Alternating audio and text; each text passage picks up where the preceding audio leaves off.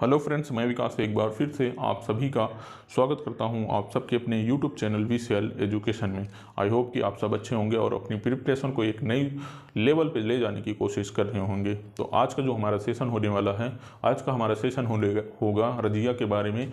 उसके बाद मतलब कि आज जो 1236 से लेकर के 1246 तक और 1246 तक देखने की कोशिश करेंगे। 1246 से और जो 1266 मतलब यहाँ तक जानने की कोशिश करेंगे। और इससे पहले कि रजिया के बारे में जाने और रजिया के बाद जो भी शासक हैं उसके बारे में जाने, तो जो हम पढ़ रहे हैं, क्या पढ़ रहे हैं दिल्ली सल्तनत में क्या पढ़ रहे हैं, गुलाम वंश में हमने दो लोगों को पढ़ा, एक ऐबक को पढ़ा, एक इल्तुतमिश को पढ़ा। उसके बाद जो आता है, जो प्रमुख शासक होता है मतलब शासिका होती है, वो रजिया सुल्तान। और रजिया सुल्तान के पहले और इल्तुतमिश के बाद एक अल्प समय के लिए एक शासक रहता है। कौन? रुकनुद्दीन फिरोज। वो किसकी मदद से बनता है? वो बनता है अपने माता शाह तुर्कान की मदद से बनता है। और उसके बारे में भी जानने की कोशिश कर लेते हैं। मतलब शाह तुर्कान की मदद से बनता है रुकनुद्दीन फिरोज, और वो बहुत ज़्यादा समय तक नहीं रहता, मतलब 6 महीने तक, मान ले तो 6 महीने तक वो उसका शासनकाल रहता है।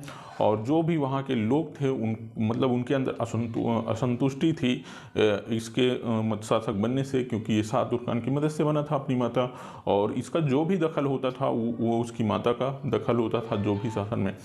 तो वहाँ के जो भी लोग थे उनमें क्या था, असंतोष व्याप्त था। और उसके बाद बात करें तो इसकी हत्या किसके? रजिया सुल्तान के द्वारा कर दी जाती है। तो 1236 में रजिया सुल्तान जो होती है वो शासिका बनती है। अब रजिया सुल्तान जब शासिका बनती है तो रजिया सुल्तान के बारे में हम जानेंगे। और इसके बाद रजिया सुल्तान का जो कैथल वाला एरिया है उसमें हत्या होती है, तो बहराम शाह बनता है। तो बहराम शाह को भी जानने की कोशिश करेंगे इसी ही वीडियो में। और उसके बाद अलाउद्दीन मसूद के कार्यकाल को जानेंगे, और जो 1242 से लेकर के 1246 तक रहता है। उसके बाद हम नसरुद्दीन के बारे में जानने की कोशिश करेंगे। शासनकाल कितना रहता है? 1246 से 1266 तक।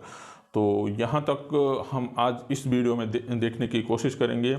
और देखेंगे दिल्ली सल्तनत वाला हमारा थोड़ा सा बलबन वाला सेशन बचेगा। बलबन वाला सेशन को हम एक नए वीडियो में देखने की कोशिश करेंगे, जिससे कि हमारा जो दिल्ली सल्तनत में गुलाम वंश कंप्लीट हो जाएगा।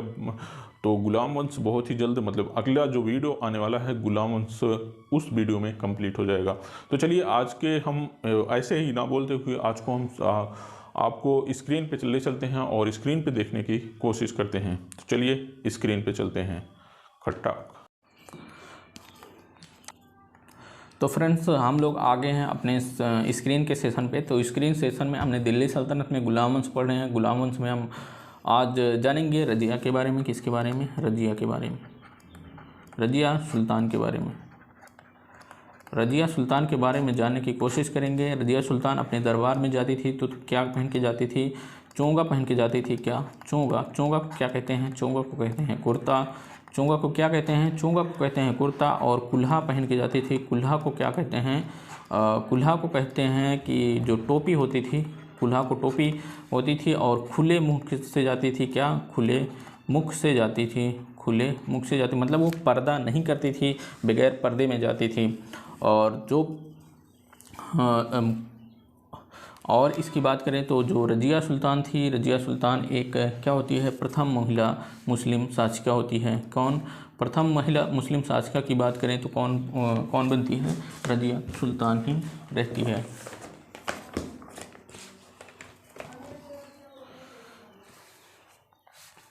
रजिया सुल्तान क्या होती है? प्रथम महिला मुस्लिम शासिका।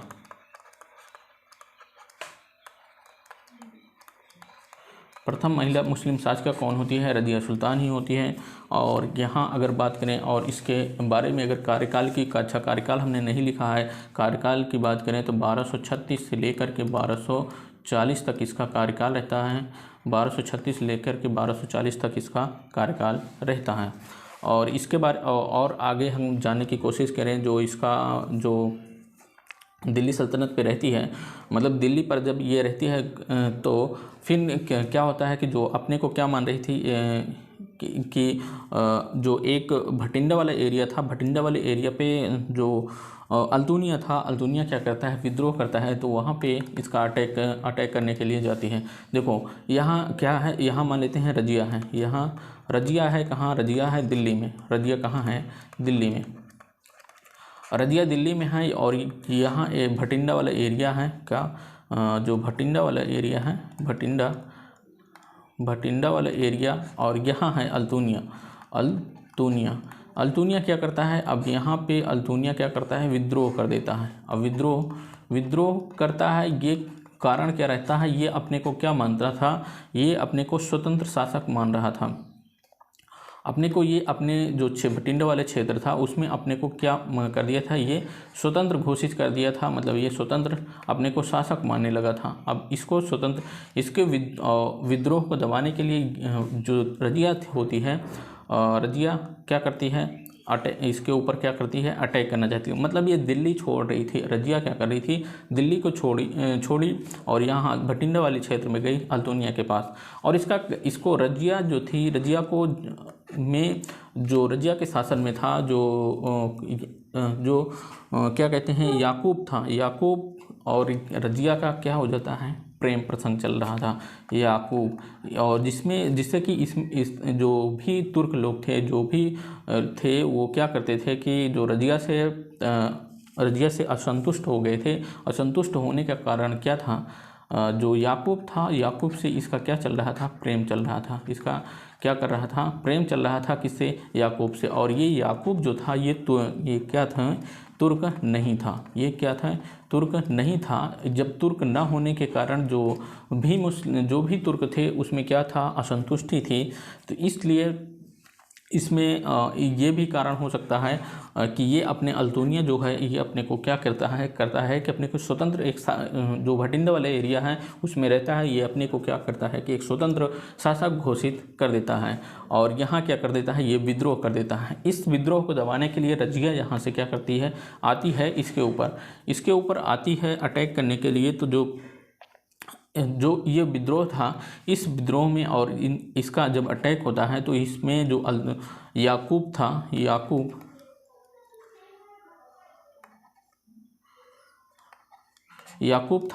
याकूब क्या हो जाता है, इसमें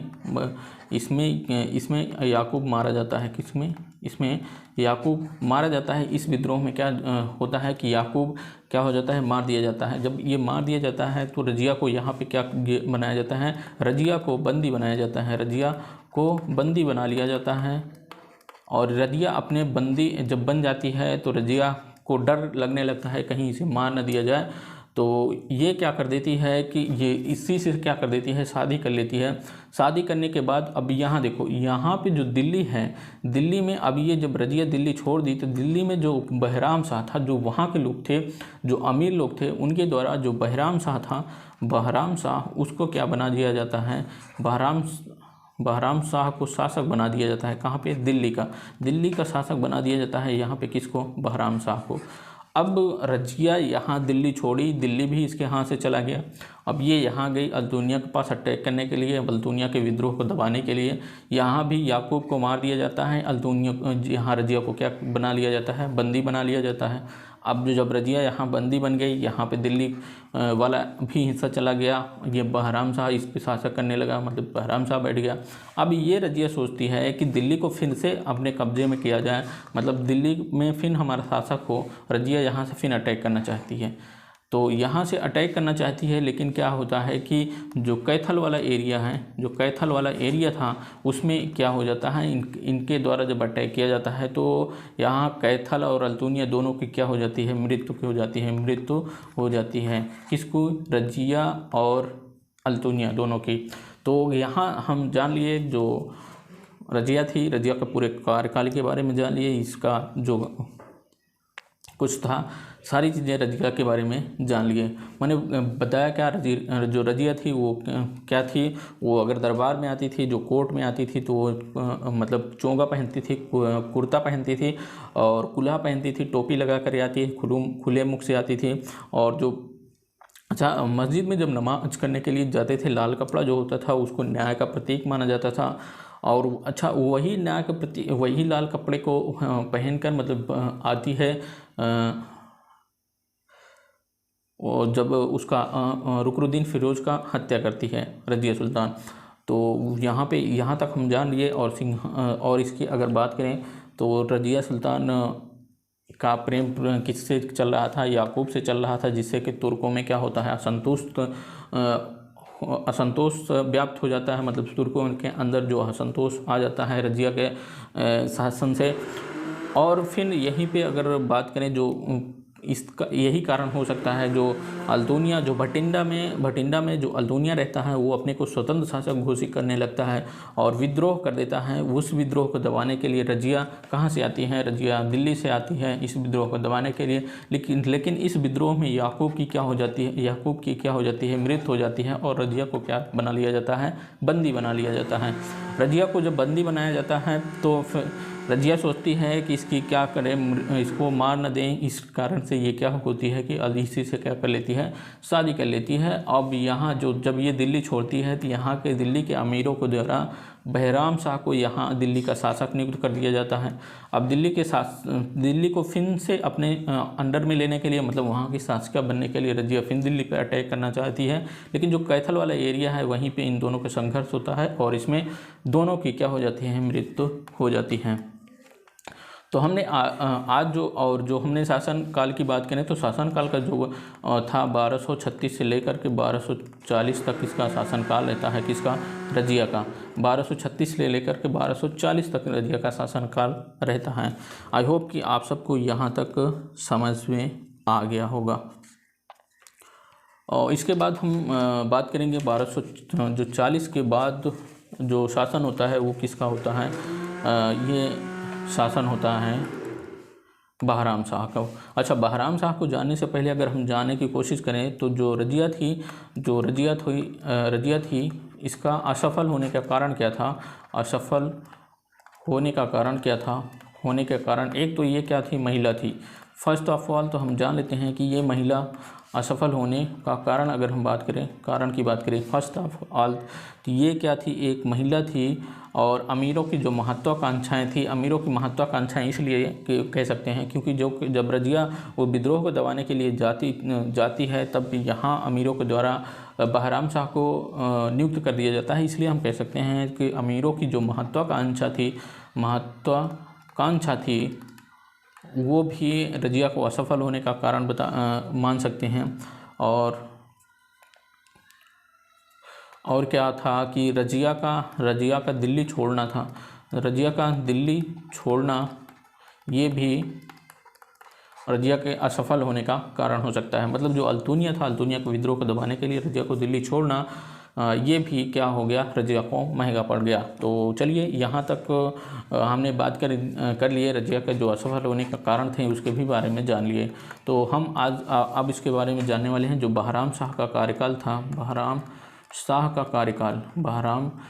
कार्यकाल की बात करें तो बहराम शाह का जो कार्यकाल था ये 1240 से लेकर के 1242 तक इसका कार्यकाल रहता है।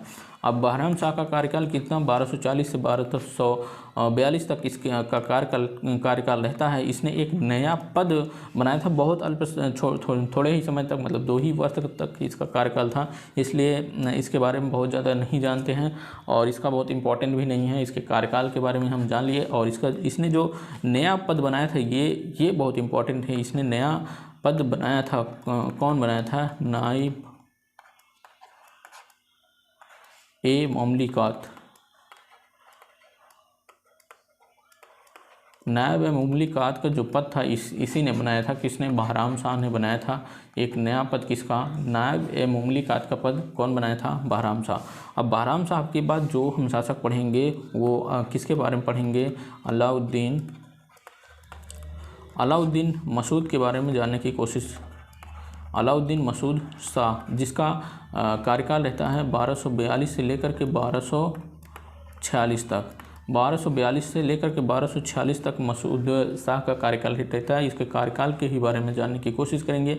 इसके बाद जो मसूद शाह था, इसके मसूद शाह को बलबन क्या करता है? बलबन अपने षड्यंत्र के द्वारा बलबन अपने षड्यंत्र के द्वारा इस मसूद शाह को हटा देता है। मसूद शाह को क्या कर देता है? हटा देता है, मतलब इसको पद से हटा देता है। कौन? बलबन। बलबन अपने षड्यंत्र के द्वारा मसूद शाह को हटाता है और किसे नियुक्त करता है? नियुक्त करता है नसरुद्दीन महमूद को।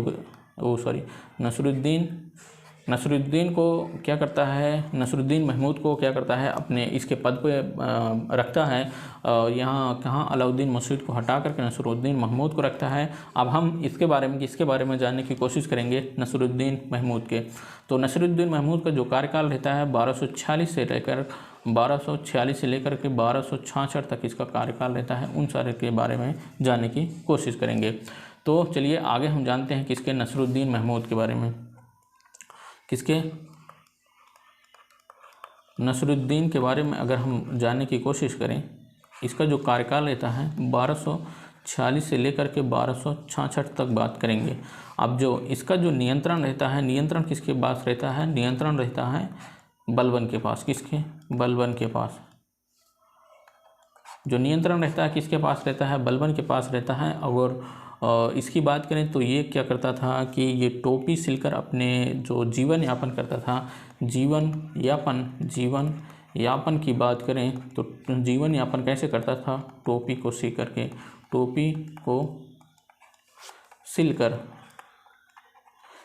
सिल करके अपने जीवन यापन करता था। और क्या करता था?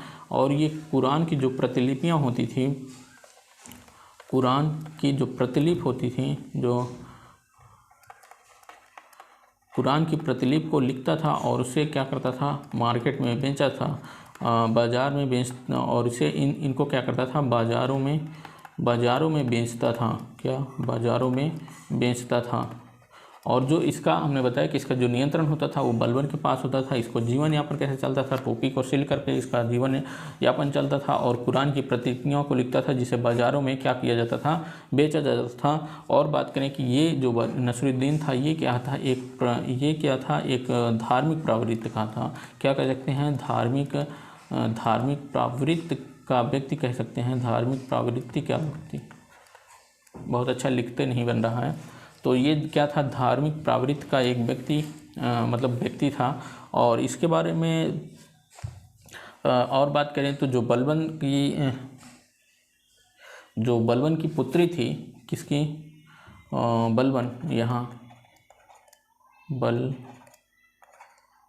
बलबन की जो पुत्री थी उसका विवाह किसके साथ हुआ था? पुत्री इसका विवाह हुआ था किसके साथ? इसका साथ नसरुद्दीन के साथ। नसरुद्दीन के साथ बलबन की जो पुत्री होती है उसका विवाह होता है। उसके बाद तो हम लोग यहाँ तक जानने की कोशिश कर लिए, नसरुद्दीन के बारे में जानने की कोशिश कर लिए, जो 1246 से 1266 तक जिसका कार्यकाल रहता है। इसके बाद जो कार्यकाल रहता है गुलाम वंश में, वो बलबन का रहता है। तो बलबन के बारे में जानने की कोशिश करेंगे अगले वीडियो में। तो चलिए इस वीडियो में इतना ही, अगले वीडियो में फिर मिलने की कोशिश करते हैं। तब तक के लिए जय हिंद।